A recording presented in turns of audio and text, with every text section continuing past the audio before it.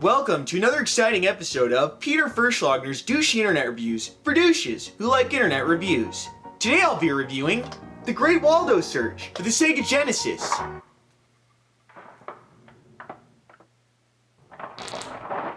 Did you guys hear that? Sorry if I seem a little paranoid today. Some really weird things have been happening in this house. You see, it all started about a week ago. Snacks I'd been leaving out in the kitchen kept disappearing. Cookies, candies, even cheese. I thought that maybe it was mice or something, but we don't have a mouse problem, so I started looking around for evidence, and that's when I spotted it. A glimpse out of the corner of my eye. I saw what I thought was a tiny Waldo.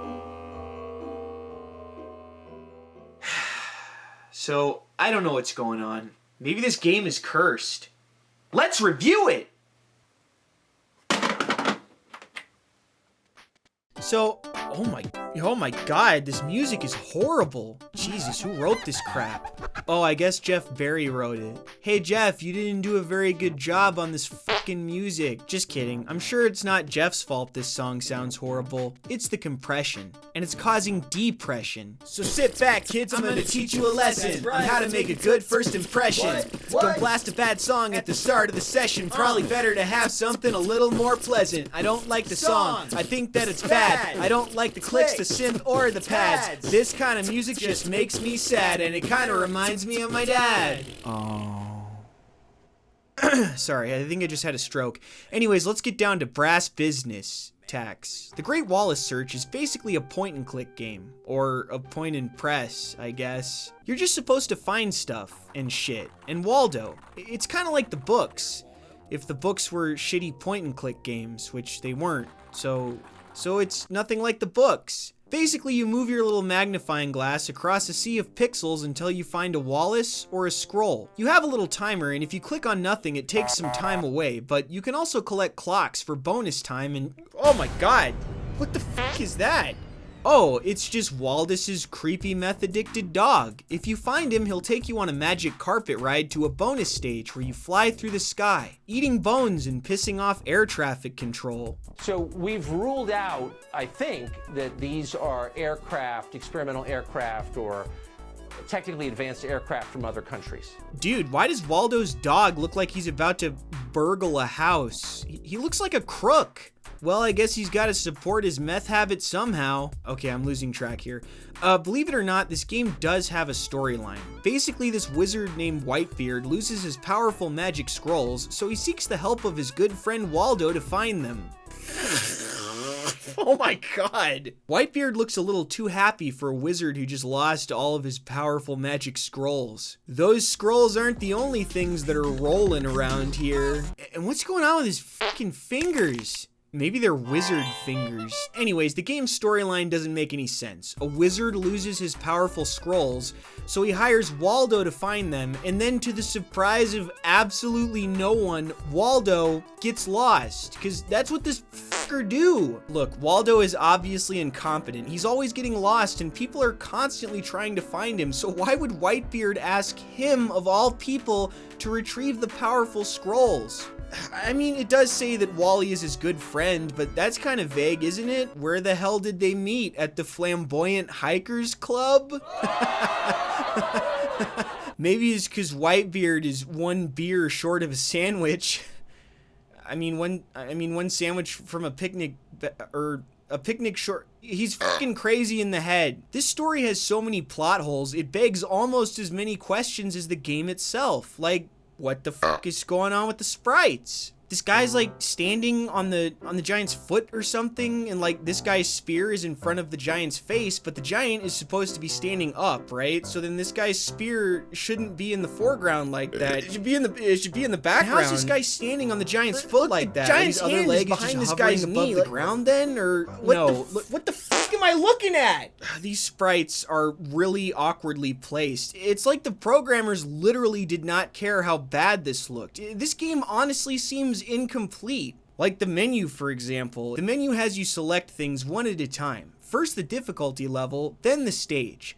There's 2 choices of difficulty and 4 stupid stages. There's also a Waldo challenge option where you're basically looking for Waldo amongst a bunch of Waldi. There he is.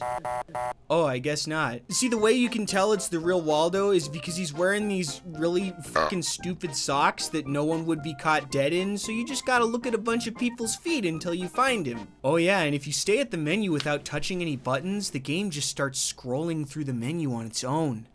Like it's trying to coax you to play. Hey, why don't you play my game, Peter?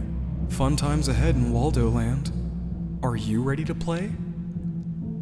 Press a button, you fucker. Not to mention, something really strange happens if you let the game play its demo videos. During the bonus stage demo, you can't exit back to the menu.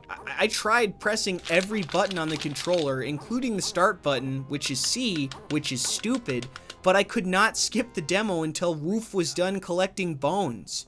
It was really weird and kind of annoying, but you know what's really annoying? The stupid clapping sound effect that goes off every single time you collect a clock or points. Was this game filmed in front of a live audience? The answer is no, it fucking wasn't. Now you might say, but Peter, this game is supposed to be for kids, and kids need constant confirmation of their accomplishments. And to that I say, no, dumb person. This game is supposed to be entertaining for the whole family. And I know for a fact this game wouldn't entertain my family, because my family's dead. There's also a portion of the game where if you find a clock, sometimes the game asks you to find a specific object. And if you find it, the game says, great job. Great job. Which I guess is accurate, because if you can tell what the fuck this asshole wants you to find, then you did do a great job. Red bag of tricks. What? Red bag of tricks. Red bag of tricks? Red bag of What's a tricks. red bag of tricks? Is this a red bag of tricks? Damn it. Red bag of Oh, there it is. How the fuck am I supposed to know that this is a bag of tricks? For all I know, it could be a bag of dicks. Great job. Yeah, great job. You know who didn't do a great job? The programmers of this fucking game. Okay, let's talk about the difficulty. So there's 2 difficulty settings. Extra easy for dumb babies, and easy for normal dumb babies. But the back of the box claims that the levels of play are for beginners or for true Waldo experts. What the fuck is a true Waldo expert? Someone once called me a true Waldo expert. Oh wait, no. They called me a fucking loser. What's the difference?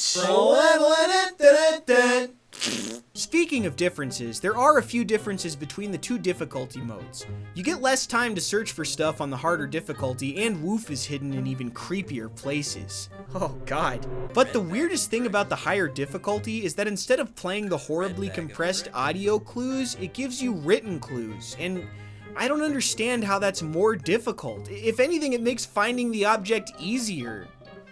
Face and window.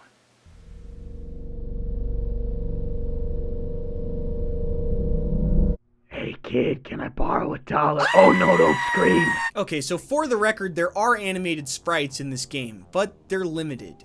The water ripples, the fire crackles, the lizards burp, and this guy gives himself brain damage. I mean, there are little movements here and there, but I can only assume they were put in the game to detract attention from the extreme drop in quality of the art compared to the books. The title screens are alright, but I find it very strange that the game demands you try another challenge at the end of every stage. It doesn't imply, it insists. How about no, game? No forever.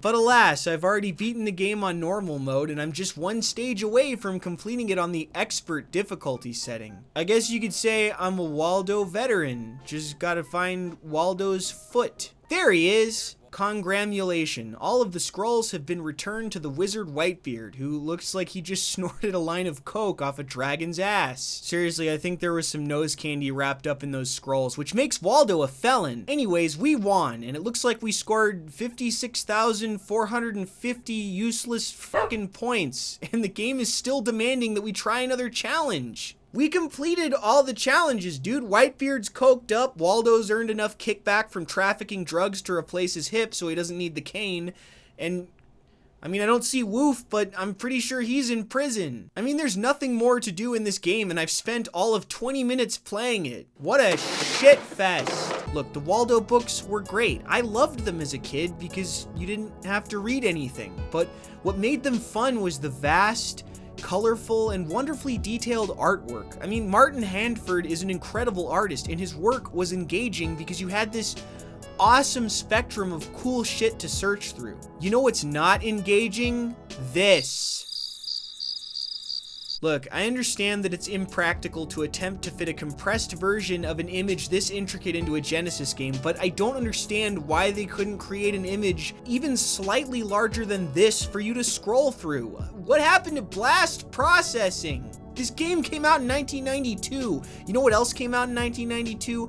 Echo the fucking Dolphin. You're telling me this is the best THQ could do with Waldo? Thanks for queefing on my childhood, you assholes. I was honestly more entertained by the box art than the game itself. I mean, this game is just a cheap little cash grab, and I'm sure it did its job, but my job is to give an honest, well-educated opinion on irrelevant games that came out 27 years ago. And in my honest opinion, the graphics in this game are bollocks, the storyline is full of plot holes, and the gameplay is, well, point and click. But the game functions, I guess, and I guess it could be entertaining to idiots. So I'd have to give the Great Waldo Search one meth-addicted canine out of 5.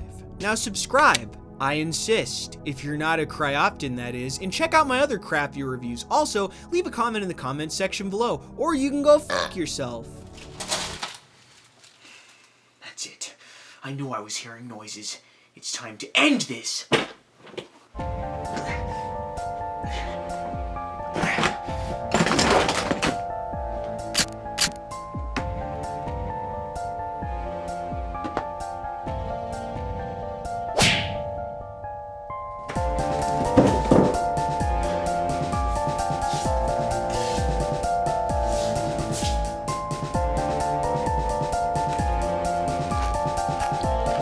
You picked the wrong house, fool!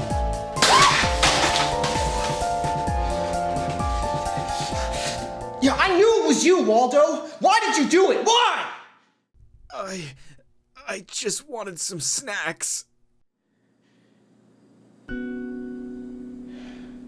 We all want snacks, Waldo, but you can't just go around eating other people's snacks.